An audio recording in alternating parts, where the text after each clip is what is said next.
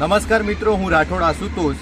વાત કરવી છે જળ જીવન મિશન અંતર્ગત સમગ્ર રાજ્યમાં નલ સે જલની યોજનાના કામો થયા છે, પણ ઠેર ઠેર સમગ્ર જિલ્લામાં કૌભાંડો ગેરરીતિઓ નીકળી છે। એ જ રીતે અરવલ્લી જિલ્લાની વાત કરું તો નલ સે જલના કામ થયા છે, પણ નળથી પાણી આવ્યું નથી। અત્યારે અરવલ્લી જિલ્લામાં ઠેર ઠેર કેટલાય ગામડાઓમાં નળથી ક્યારે પાણી આવશે એની રાહ જોઈને લોકો બેઠા છે। અરવલ્લી જિલ્લામાં જ્યારે સરકાર વિધાનસભામાં એવા આંકડાઓ રજૂ કરે છે કે 607 ગામડાઓમાં નળથી જળના કામ પૂર્ણ થયા છે અને ફક્ત 31 ગામોમાં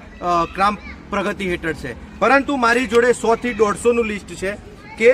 ભૂતાવળ, બેડજ, ઓડગામ, લાંક, આકલિયા, બેલ્યો, ભાણમેર, દક્ષિણેશ્વર, ધુલેટા, નારણપુરા તેમ કરીને 100 થી પણ વધુ એવા ગામ છે કે જ્યાં નળથી જળ આવતું નથી। એટલે હું ખરેખર આજે નળથી જળ જે લોકોની સુખાકારી અને